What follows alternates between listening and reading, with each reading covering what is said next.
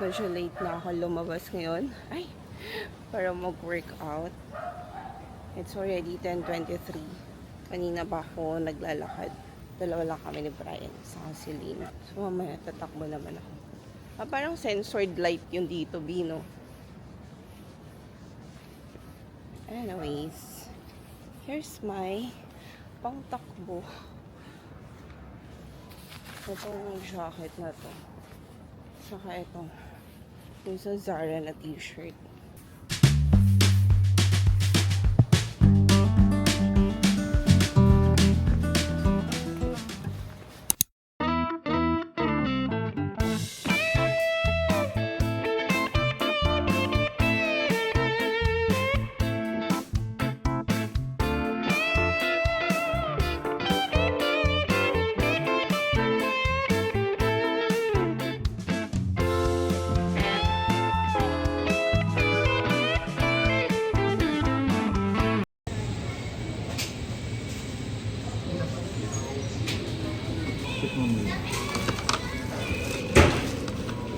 Nabilan ko na pala ng magnet to kaya hindi ko na malagay yung silicone case niya.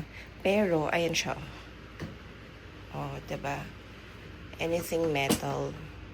This one sa TikTok ko lang siya nabili. Yung brand niya is Sunny. Tapos itong silicone case na to. Yun din yung brand niya. Same lang.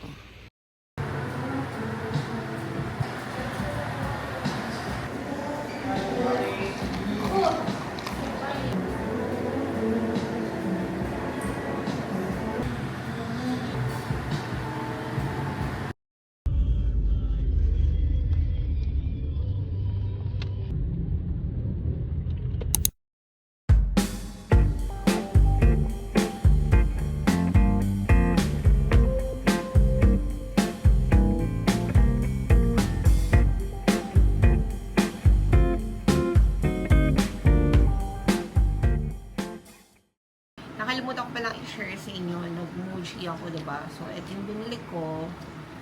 Foldable siya na storage or collapsible ba tawag siya. Tapos, ang ganda niya kasi parang may mga glitter-glitter siya. Super nice yung color. I told you na ganitong pink yung gusto ko. Not the baby pink. Random lang yung nakalagay dyan kasi ayoko na parang nakakalat siya dito. Tapos, may mga glitter-glitter siya. And then, eto, bumili ko nung ganyan. Kasi lagi ako nawawala ng tali sa hair. So, this one is 100 pesos, 4 na peraso. And then, I got this mini version, parang travel size na, like, may scissors, stapler, bala ng stapler, scotch tape. Super cute, 180 lang. Pinalan ko din si Kiddy. And yung scissor nila, in fairness, talagang ano siya, yung medyo matalas. You know, super cute. Ang liit lang niya. That's 180. Parang on the go lang siya. Even the highlighter, ang liit lang niya. Anyway, so I got my Harlan & Holden na Campfire coffee.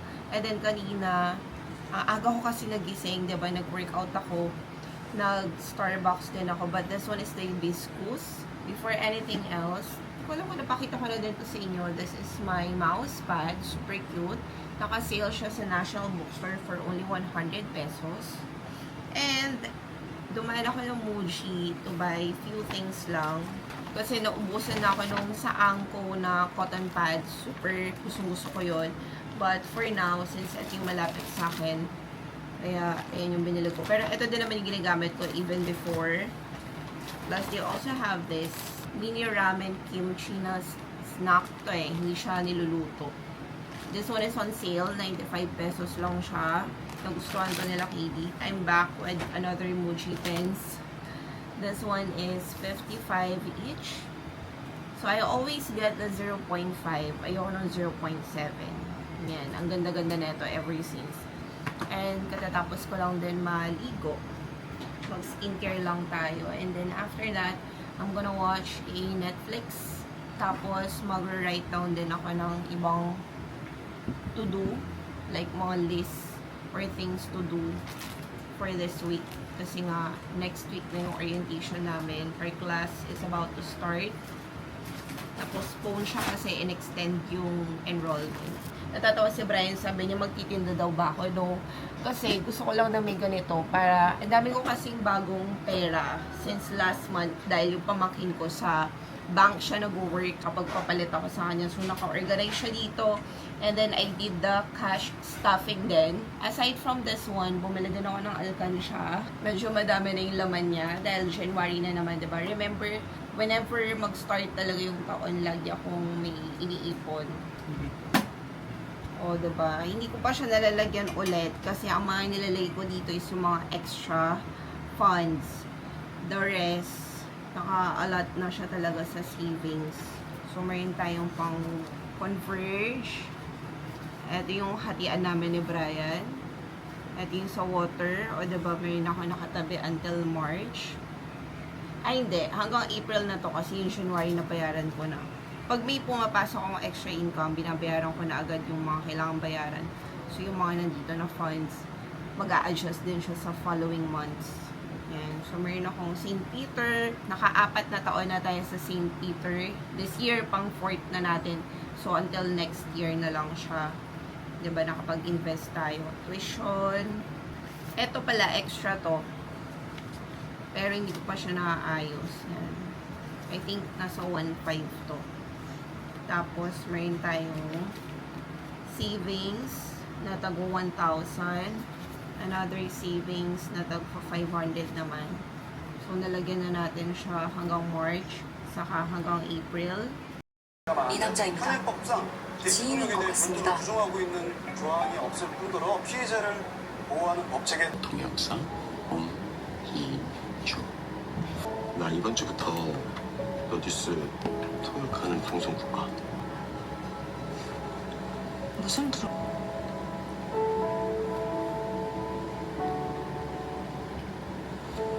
만나서 반가웠어요. 강화는 물론 심리, 의료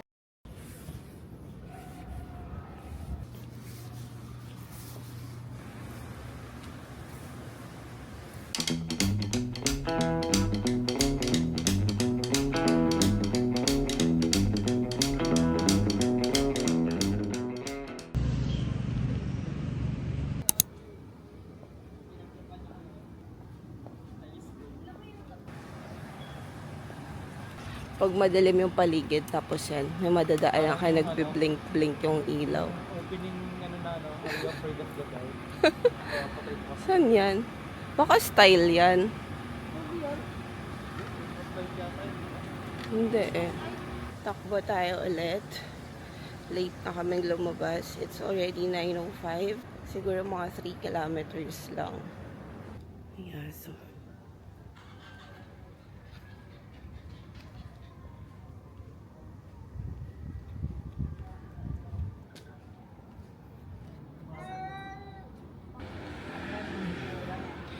May kausap siya guys. Ang cute.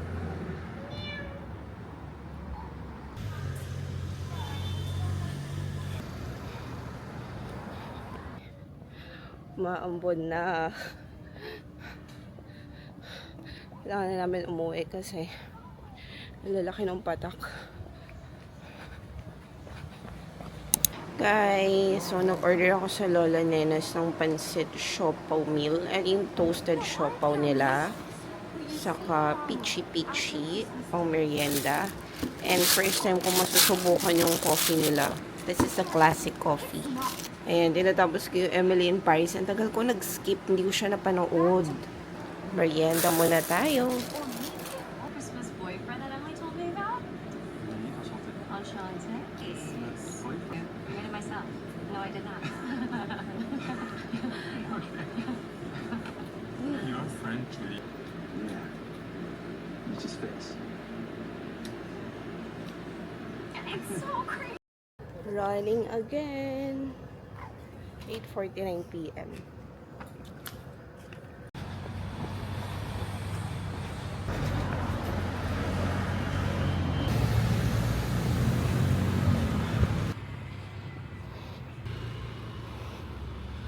Look at Tommy, oh. You want donut? Huh?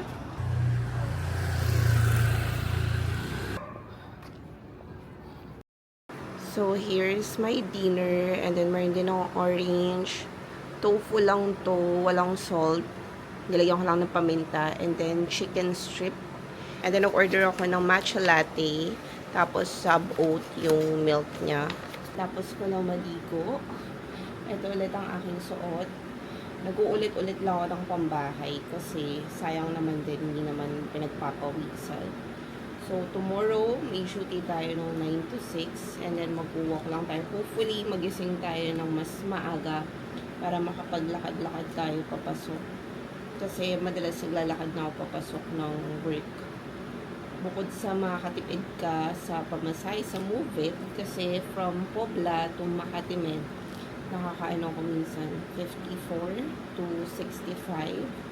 Depende. Pag walang makuha, mag-a-add ka ng tip, lalo na pag medyo alakari rin yung oras. So far, nadidisiplina ko naman yung sarili ko na gumising na maaga and maglakad-lakad papasok. And then after that, ang pinaka-breakfast ko lang is shirataki rice. Meron akong binaon sa locker ko since madali lang siyang lutuin. So, yung stock ko dito, ubos na. But I have brown rice pa. Yung remaining, nilalagay ko siya sa ref para breakfast ko the next day. Tomorrow pala, ang babaunin ko yung remaining na brown rice ko. And then, bibili na lang ako ng gulay sa labas. Sarap ng orange. Yummy. Color green. Green na green. So, I'm starting to count yung aking calories. Tignan natin kung mag-work siya sa akin. Pero, normally, tuwing morning lang naman ako nag-heavy meal. And then, after that, either gulay na lang yung pinaka-merienda ko, lumpiang turon, or sometimes nag-ikikyam kami, kwek-kwek, ganyan. Pero sa gabi, hindi na ako kumakain. So, pag lakad ko, pauwi from work, hindi na ako kumakain yan. Or, pag kagaya nito, nagtutofu na lang ako. Slowly lang, kasi ayoko din mabigla yung katawan ko. Kasi nung nag-start ako mag-diet, 2 weeks ago, nag-acid reflux na ako. Kaya, dapat paunti-unti lang. What's so special about this chef? He's... Just check out. Okay guys, nag-open ako ng lotion. Dalawa na lang yung ganito ko. Ayan. This is from Bangkok. For those of you na first time palang manonood ng aking vlog, madami kong biniling ganito from Bangkok last year. So, ito na lang yung natitira. Ito, ka-open ko lang today. And then, for the facial wash, inuubos ko na yung mga facial wash ko na naka-bottle. And then, after that, pag naubos na siya, babalik na ako dito. At yung pinabili ko sa cousin ko na nag-Japan sila. Pero yung lotion na ginagamit ko on my face, di ba mayroong lotion talaga pang face? Yung ganito, yung first stock ko ng ganito, pakita ko sa inyo. Meron pa akong half pa to, pero onti na lang din siya. Tapos sinalin ko lang siya sa bote ng Muji. Kasi nga, yun yung ginagamit ko on my face. Ayan. So, ang dami ko pang skincare dito. Kaya nung nag-Korea ako, hindi ako masyadong namili. Kasi nga, hindi ko alam kung paano ko siya mauubos. And majority sa mga products na nandito, even mga makeup, 2026 and 2027 yung expiration. Kailangan ko unahin yung for next year na may expire. Kaya, ang goal ko talaga this year, kailangan ko maubos, makonsume lahat ng products dito before ako bumili. And ito yung lotion na ginagamit ko from Korea din. Ito yung sinasabi ko sa inyo, nag-restock ako ng madami kasi nga sobrang bango niya. And good thing ng expiration neto is 2027 pa naman. Yung ginagamit ko na ganyan, nasa kalahati na siya. Kasi nga everyday ako naglalagay, tapos sobrang bango niya. Tinanggal ko na sa box tong mga to. Same lang tong dalawa. Parang ito yung version nila na limited edition na magkasama sa isang box. I think nandun dito sa vlog ko, sa Korea vlogs ko. Ayan, meron pa akong 5. Sobrang bango nito. If you're going to Korea, I highly recommend tong hand cream na to. Super bango. So, mag-facial mask na tayo. Katatapos ko lang mag-toner. Naglay na din ako ng lotion sa face. And then, pinaka-last part natin is the serum. For the serum, I'm using the one from my Derma. Meron na siyang collagen and hyaluronic acid. Ang ganda nun sa face. Tapos, hindi siya oily or anything. Basta pag-gising mo, ang glowing mo talaga as in. Plus, I'm also taking collagen tablet The one from Watson's, yung color pink. Nag-work naman siya sa akin so far. So, kaya nagvo-vitamins na din ako. Kasi nga, so maging fit and healthy na talaga dahil ang dami nangyari sa akin last year. Parang the more na napabayaan ko yung sarili ko, the more na lumalala yung health ko. Ano ba to? Like, hindi lang physically, emotionally, mentally affected talaga lahat. So, kailangan natin prioritize ang ating health. Aside from work, dapat sabay yan, nababalance na. And then yung remaining na essence, pinapahid ko siya sa siko, sa tuhod, sa paa. Nais ko lang gamit ko. Ito pala yung bag na dadaling ko tomorrow. Tapos nagpalit din ako ng mga makeup kasi nga na-alternate ko din even yung mga makeup products yung ginagamit ko para lahat nako-consume. For those of you pala na may masakit sa katawan, anything na topical, kasi yung paa ko, yung sa pinaka-legs, at tumama siya, tapos for some reason, ang sakit-sakit, and then since everyday tayo tumatakbo, nag-workout, super sakit talaga ng legs ko, and then yung part na yon super sakit niya talaga. At yung nireseta sa akin ng doctor ko before, dahil yung sa tuhod ko, diba, may something, parang nakaangat yung sa cuff ng uhod ko. Tapos, yun din yung reason kung bakit mas na-motivate ako mag-diet kasi nga medyo overweight tayo. Eto, medyo may kamahalan lang to. This is Fastum. Buti nakita ko siya ulit kasi inayos ko yung mga medicines saka anything na first aid sa bag ko. Tinapon ko yung mga expired. So, this one, you know, ginagamit ko to before. Hindi pa siya expired. So, mag-expired siya sa July 2027. Pabuti na lang. Parang, not sure kung 500 or 1,000 pesos to. So, kanina pa sumasakit. And nung nag-ayos ako ng bag, nakita ko nga to. Kasi nilagay ko siya dito. And alam nyo pa guys, na wala yung pain. As in literal. Ganun siya kabilis. Para siyang KY jelly. Yung texture niya, gel lang. So, sobrang lambot. Parang moisturizer.